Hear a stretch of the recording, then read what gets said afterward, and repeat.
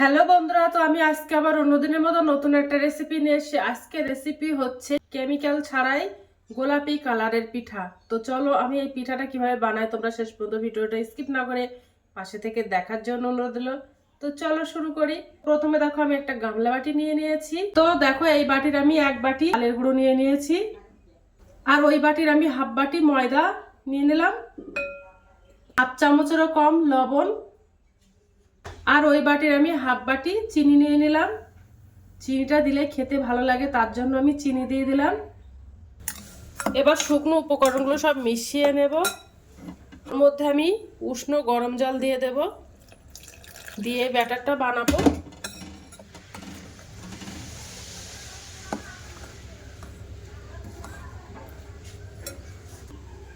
আর ওর মধ্যে আমি একটু বিটের রস দিয়ে দেব। বিটের রসটা দিলে একদম কেমিক্যাল ছাড়াই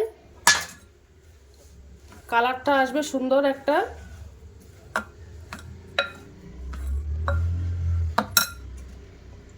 তো আর একটু জল দিয়ে দেব, দিয়ে ব্যাটারটা বানিয়ে নেব। আর বিটের রসটা খুব বেশি দেব না, অল্প করেই দেব, 2 থেকে 3 চামচ। ছোট চামচের 2 থেকে 3 চামচ দিয়ে দেব। দেখেছো কত সুন্দর একটা কালার হয়ে আসছে, গোলাপি কালার।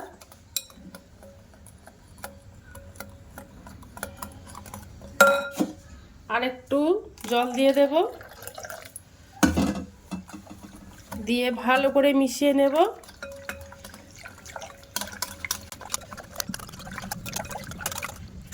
দেখেছো কত সুন্দর একটা কালার হয়ে আসছে। আর একেবারে ব্যাটারটা দেখো খুব ঘন করিনি, একটু পাতলা করে নিয়েছি। এইভাবে পাতলা করলে পিঠাটা খুব সুন্দর হয়। তো ব্যাটারটা বানানো হয়ে গেছে। এবার আমি একটা পিঠার জন্য ক্ষীর বানিয়ে নেব। উনানে দেখো আমি একটা ফ্রাইং প্যান দিয়ে দিয়েছি। এবার আমি ওর মধ্যে হাফ চামচ ঘি দিয়ে দেব। এই ঘি দিয়ে আমি সুজিটা ভাজা করে নেব। তো ঘিটা গরম হয়ে গেছে, এবার আমি ওর মধ্যে 100 গ্রাম সুজি দিয়ে দেব।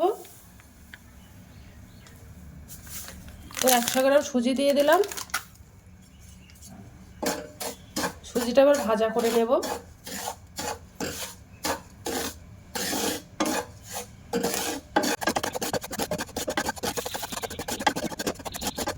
তোমরা চাইলে নারকেল দিয়েও এর পুরটা বানাতে পারো। তো তো সুজিটা ভাজা করা হয়ে গেছে, এবার আমি ওর মধ্যে জল দিয়ে দেব। তোমরা চাইলে দুধ দিতে পারো।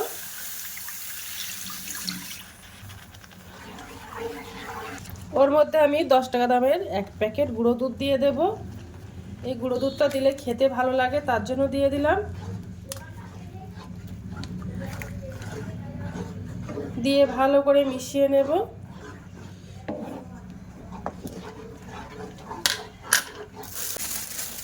ওর মধ্যে চিনি দিয়ে দেব।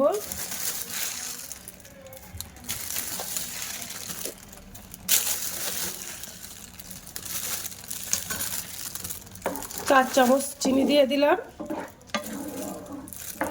ওর মধ্যে নারকেলের গুঁড়ো দিয়ে দেব। নারকেলের গুঁড়োটা দিলে খেতে ভালো লাগে, তার জন্য দিয়ে দিলাম।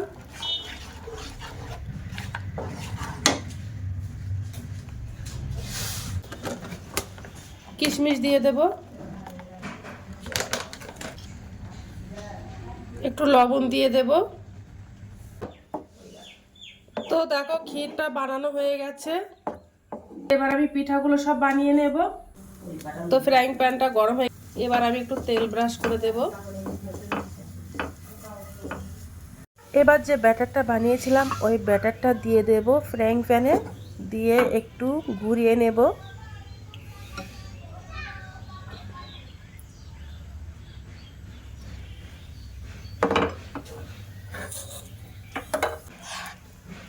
তো আমি যে ক্ষীরটা বানিয়েছিলাম ওটা দিয়ে দেব মাছ পজিশনে,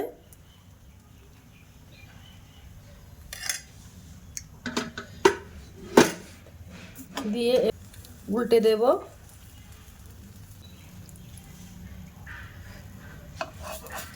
হয়ে গেছে, এবার আমি একটা প্লেটে তুলে নেব। তো বাদ বাকি পিঠাগুলো আমি সব এভাবে বানিয়ে নেব। দেখো পিঠাটা বানানো হয়ে গেছে, আর কত সুন্দর দেখতে লাগছে এই পিঠাটা। এই পিঠাটা দেখতে যেমন সুন্দর, খেতেও কিন্তু দুর্দান্ত। এই পিঠাটা তোমরা একবার হলে বাড়িতে ট্রাই করতে পারো। তো আজকের দিনের মতো ভিডিওটা এখানে শেষ করছি। আগামী দিন আবার একটা নতুন ভিডিও নিয়ে চলে আসবো। তো টাটা, বাই বাই, সবাই ভালো থাকবে, সুস্থ থাকবে।